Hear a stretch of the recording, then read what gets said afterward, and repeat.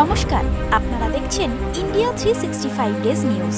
সত্যের সাথে সাধারণের পাশে। যাদবপুর লোকসভা কেন্দ্রের অন্তর্গত ১০৫ নম্বর ওয়ার্ডের পৌর প্রতিনিধি সুশীলা মণ্ডল ও সভাপতি ও প্রাক্তন পৌর প্রতিনিধি তরুণ মণ্ডলের ব্যবস্থাপনায় যাদবপুরের বিধায়ক দেবব্রত মজুমদারের উপস্থিতিতে যাদবপুর লোকসভা কেন্দ্রের প্রার্থী সায়নী ঘোষের নির্বাচনী প্রচার।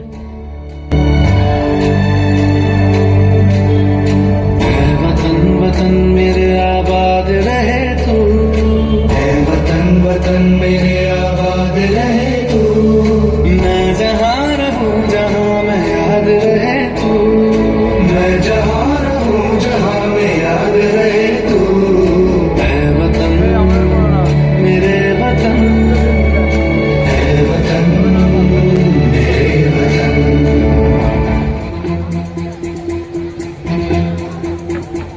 कंधों से दुश्मन के हिलते हैं,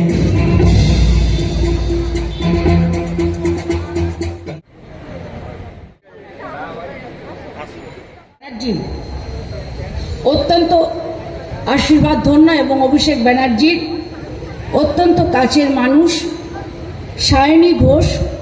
সেই সায়নী ঘোষের সমর্থনে আপনাদের কাছে এসেছি, তার ভোটের আশীর্বাদ চাইতে, তাকে আপনারা সমর্থন জানাবার জন্য।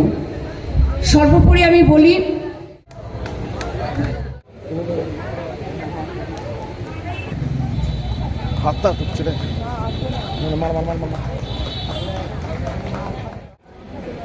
मोदी के जैसा नहीं ना, क्योंकि मोदी किससे प्यार करते हैं आप लोग जानते हैं? धन, दौलत और शोहरत, और दुनिया जाए भाड़ में, वो इस तरह से प्यार करते हैं। सॉरी, এই অঞ্চলে বিভিন্ন জায়গায় 105-এ আপনার বাড়িতে যদি মা বা বোন থাকতো, সিপিএম পার্টি ফান্ডে 2 টাকা করে 5 টাকা করে দিতে হতো। খবর নিন, যদি মিথ্যে কথা বলছি কি বলছি না, এই খবর আমাদের কাছে আছে, এই খবর আমাদের কাছে আছে। এইভাবে মায়ের উপর বোনের উপর অত্যাচার করত। এখন বলছে সৃজন ভট্টাচার্যকে ভোট দিন। কেন দেবো? কি দিয়েছে 34 বছর? বোনের হাতে ক্ষমতা দেয়নি, মায়ের হাতে ক্ষমতা দেয়নি, ছাত্রের হাতে ক্ষমতা দেয়নি।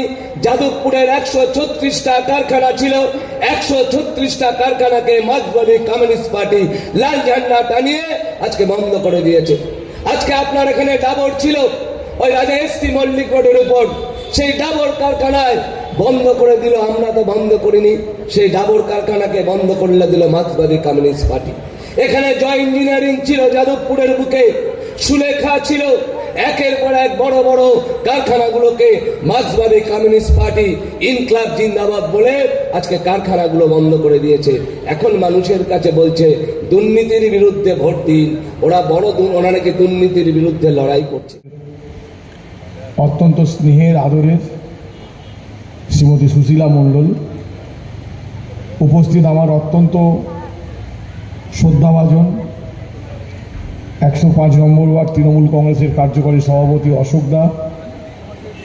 এত সময় ধরে নির্বাচন হয়নি, এই নির্বাচন করার তার একটাই কারণ, যে যত বেশি মানুষের উৎসাহ, এই সময় বসো, যত বেশি মানুষের উৎসাহ, যত বেশি মানুষের উদ্দীপনাকে ভেঙে দেওয়া যায়, কর্মীর মনোবলকে ভেঙে দেওয়া যায়, সেই লক্ষ্যে দাঁড়িয়ে ওরা দীর্ঘ 2.5 মাস ধরে ভোট করবার চেষ্টা করছে। কিন্তু নরেন্দ্র মোদী এবং বিজেপি ভুলে গিয়েছে যে আমরা যেদিন থেকে মমতা বন্দ্যোপাধ্যায় যুব কংগ্রেস করত, আমরা সেদিন থেকে নেত্রীর সঙ্গে হাতে হাত মিলিয়ে, পায়ে পা মিলিয়ে বাংলার রাজপথে রাজনীতি করে, জল ঝড় বৃষ্টিকে উপেক্ষা করে আমরা আন্দোলন সংগঠিত করেছি।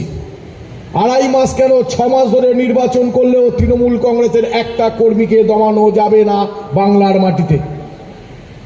আজকে সেই জায়গায় দাঁড়িয়ে আমরা বলতে চাই, মলয়দা বিস্তারিতভাবে বলবে, আমাদের প্রার্থী আসতো প্রায় গত 35 দিন ধরে তিনি যাদবপুরের 7টা বিধানসভা, যাদবপুর, টালিগঞ্জ, 2টো বেহালা, 2টো সোনারপুর এবং ভাঙড়, প্রত্যন্ত গ্রাম। তবু আমাদের শহরে অনেক জায়গা, অনেকভাবে রেস্ট নেওয়ার জায়গা আছে, কিন্তু গ্রামে প্রত্যেকটা প্রার্থীকেই আজকে গ্রামের এক প্রান্ত থেকে অপর প্রান্ত মানুষের কাছে পৌঁছতে হচ্ছে।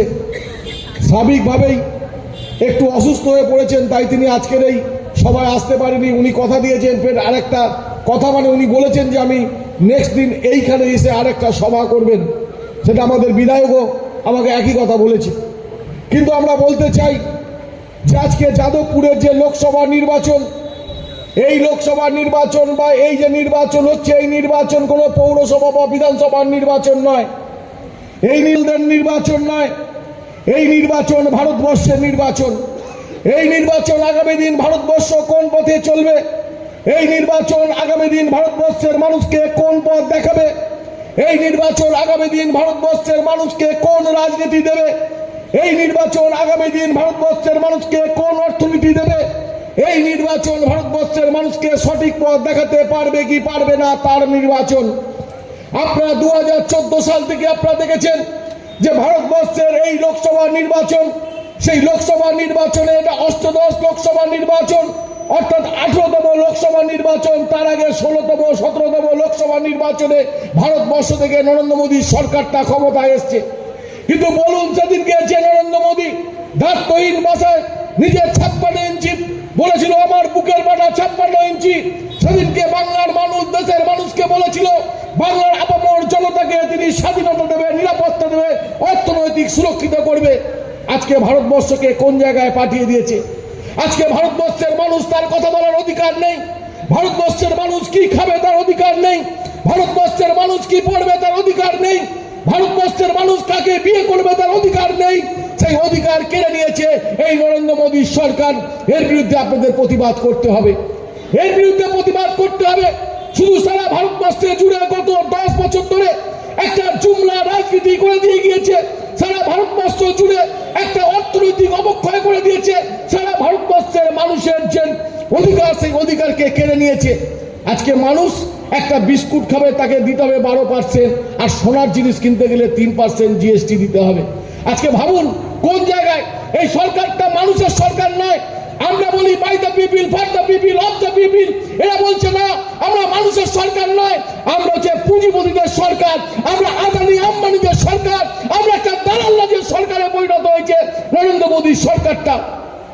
তাই তো আপনাদের কাছে আমরা বলতে এসেছি, আজকে বাংলার জননেত্রী মমতা বন্দ্যোপাধ্যায় তিনি বাংলার মানুষ কিভাবে ভালো থাকবে, বাংলার মানুষ কিভাবে সুরক্ষিত থাকবে, বাংলার মানুষ কিভাবে অর্থনৈতিক দিক থেকে আরো সুদৃঢ় হবে, বাংলার মানুষ কিভাবে নিরাপত্তা পাবে।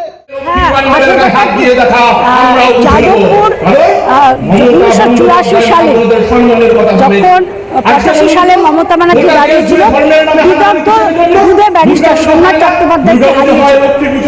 তারপর যাদবপুরটা কথায় বলে সিপিএম এর গড়, কিন্তু আসলে সিপিএম এর গড় না। হ্যাঁ, আমরা একবার হেরেছিলাম, 89 সালে হেরেছিলাম, একবার সুজন বাবুও জিতেছিল, তারা তো কিছু না। এটা যাদবপুর তৃণমূল কংগ্রেসের গড়, তৃণমূল কংগ্রেসের গড় হিসাবে থাকে। আর আমাদের যে সায়নী হলো আমাদেরকে একটা বড় প্রকৃত অভিনেত্রী, কিন্তু অভিনেত্রীর মানে এই নয় যে সিনেমাতে দুষ্টু রোল করছে বলে সে আসলে প্রকৃত অভিনেত্রী, যার জন্য রাজনৈতিক জগতে এসে ও একটা ভালো সাড়া পেয়েছে। আমাদের সেভাবে খাটতে হচ্ছে না। সায়নী ভালোভাবে জিতবে এবং খুব ভালো। সায়নী একটা ভালো ভীষণ মিশুকে মানুষ, এবং আমি ওর সঙ্গে ওর বিকল্প এই 3টে ক্যান্ডিডেটের মধ্যে কেউ সায়নী সেরা।